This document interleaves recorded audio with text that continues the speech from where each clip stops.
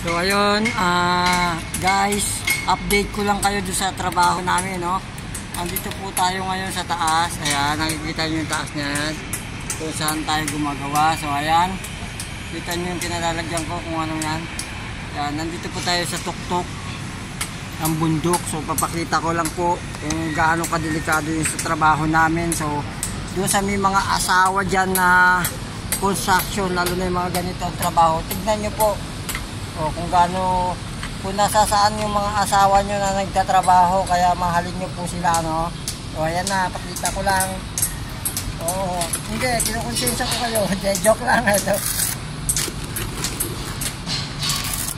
Ito po ay istoko at ganito pa pagpahit.